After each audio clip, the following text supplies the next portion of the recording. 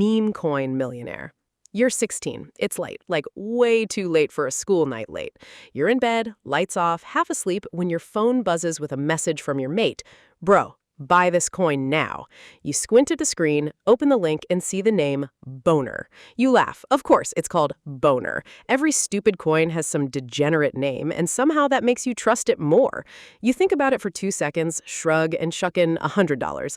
This same guy got you into Fart Rocket a few weeks back, and you actually made lunch money off it, so why not? You press confirm, toss your phone on the charger, and jump into bed. Fast forward a month. You're scrolling, like you do every day. Thumbnail pops up on your feed. A finance bro in a tank top says, "Yo, not financial advice, but Boner just rose 69% overnight. I'm fully erect. Fully invest." You blink. Wait, Boner? That rings a bell. Did I buy that? You open your crypto app, half laughing at the idea. You dig through your dusty little portfolio of forgotten trash coins, and there it is. Boner. You tap into the chart, and it's not just up, it's vertical. Green candles like skyscrapers. You refresh it just to make sure it's real. The number updates. You stare. Your $100 isn't worth $120. It's not even a couple grand. It's $4 million. You sit there, slack-jawed, feeling like you just accidentally won the internet. And then it hits you. You are now a multi-millionaire because you YOLO'd into a coin named after a penis. You've peaked. There's no topping this. So naturally, you do what every financially literate teenage crypto genius does when faced with life-changing wealth. You immediately buy an M4. The entrepreneur. You've tried it all. Drop shipping, failed after 3 months. A clothing brand, launched it, hyped it, sold 3 hoodies, 2 to your mom. A TikTok growth agency, didn't even finish the website. But through every flop, every awkward pitch, and every time you checked your bank account and saw 2 digits, you stayed locked in. You just knew something would eventually click. Not out of blind optimism, but because the alternative made your skin crawl. The idea of going to college, racking up student debt, and sitting in the same office chair for 40 years, slowly rotting under fluorescent lights. Nah, not for you. You'd rather starve chasing something real than be fed doing something dead. So you sacrifice stability. You ditch the comfort of a guaranteed paycheck, cut costs wherever you can, and start living on 2-minute noodles and black coffee. You work from a crusty laptop in your bedroom, teaching yourself code from YouTube tutorials and hacking away at random startup ideas until one of them sticks. And finally, it does. You launch an app that lets people communicate with their dog. Whether or not it actually works, debatable, but the marketing slaps, the downloads go up, and a big tech company noticed. Suddenly, you've got an offer. $2 million. Just like that. Out of nowhere. After all the late nights, after all the failed side hustles and ramen dinners, you did it. You made it. You're free. You could chill now. You could take a vacation, maybe buy something dumb and shiny, but you don't, because the win isn't the money, it's the grind. The OnlyFans chick. Now, this one might be the riskiest play on the list, because if you fail at OnlyFans, there's no soft landing, no polite fallback. You don't just brush it off and slide quietly into a normal job interview. Nah, if this flops, you've literally posted your naked body on the internet for no money, forever. Like rock bottom kind of stuff. You are the bottom of the barrel and the barrel is leaking. It's the modern version of putting all your chips on one hand in poker, except the poker table is public and your grandma might see. But let's be real, it's not all doom. There's big upside. The top 1% of creators are printing money. People like Sophie Rain. She reportedly made more last year than any player in the NBA, and that's the NBA. Dunking, sponsorships, primetime games, and she still out-earned them by dropping spicy content from her living room. So yeah, it's risky, but it's also insanely lucrative if you win. Here's the catch, though. Making real money on OnlyFans isn't just about looks. It's marketing, branding, constant content creation, fan engagement, paid DMs, emotional manipulation, and somehow still finding time to moisture. To make more than $20,000 a month, you've got to be in the top 1% of all creators in the world. That's Olympic-level digital hustling. And for the other 99%, they put themselves out there raw and unfiltered, and the internet just collectively shrugs and goes, nah, we're good. The NPC. The NPC is the silent grinder. No flash, no flex, just pure discipline. You go to school, head down, do what you're told, then call it. Not because you're chasing a dream, but because it's what people do. You graduate, step right into a job, and from there, it's game on. You work every day, sometimes 2 jobs, sometimes 7 days a week. You don't complain, you don't party, you don't chase dopamine or spend money trying to impress people who don't care. You just work quietly, relentlessly. Your life runs on routine. You never eat out unless it's with a coupon. All your clothes come from Temu or the discount rack at Target. You budget like your life depends on it, because it kind of does. Every dollar has a purpose. Every unnecessary purchase is a betrayal of the mission.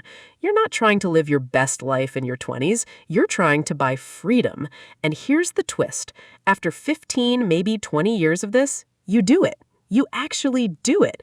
By age 40, you're debt-free, mortgage-free, and your investments quietly spit out enough cash each year to cover your simple, intentional lifestyle.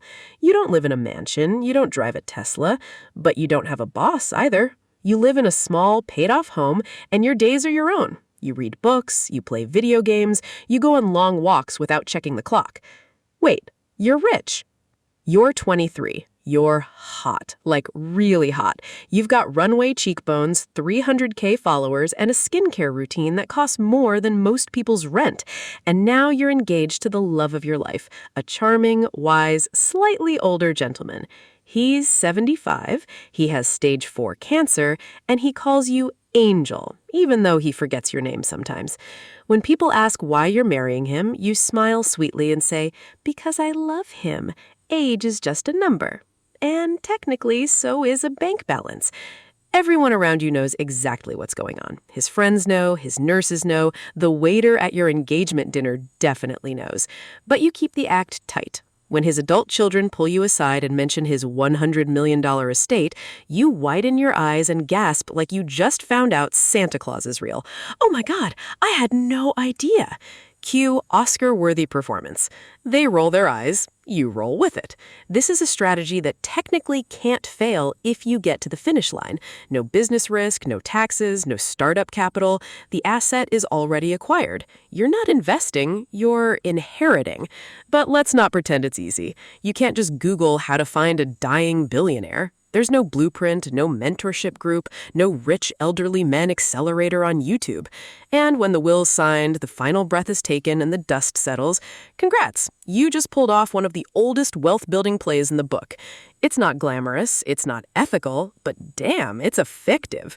Just don't mess it up by crying too hard at the funeral. You've got a yacht party to plan. The gambler.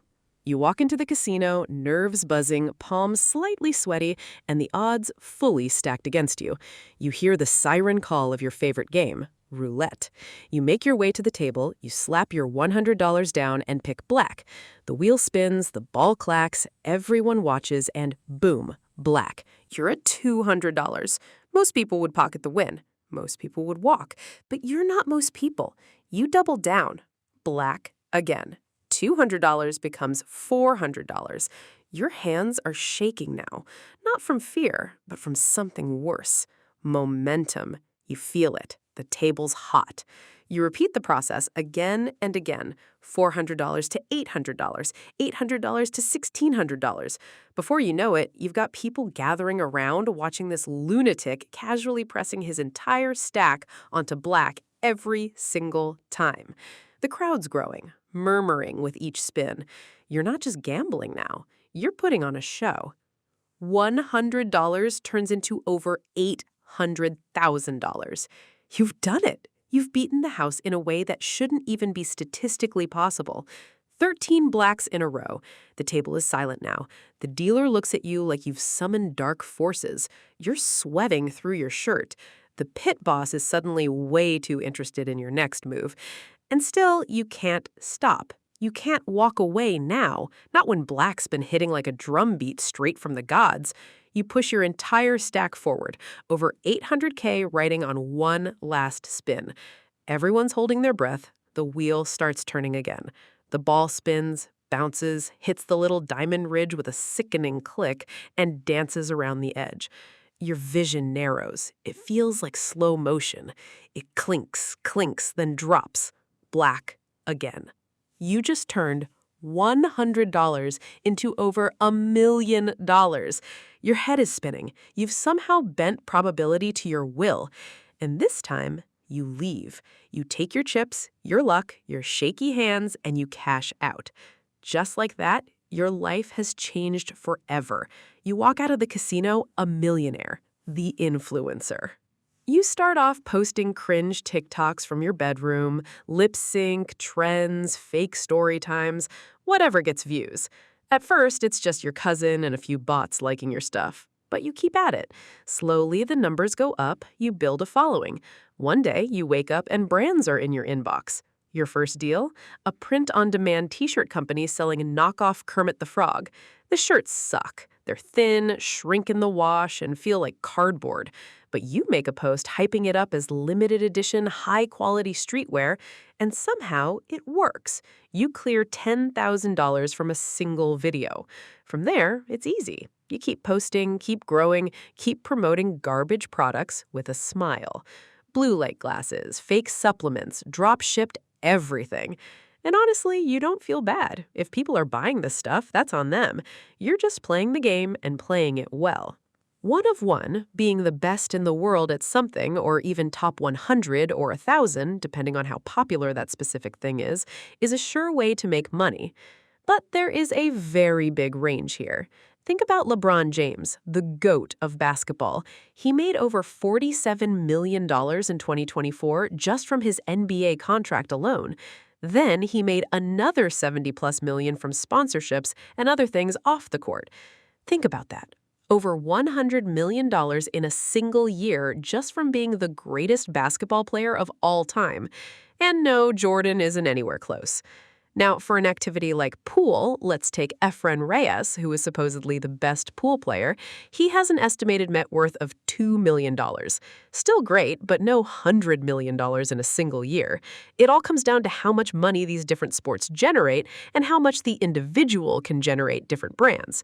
But the same goes for different activities like chess or poker.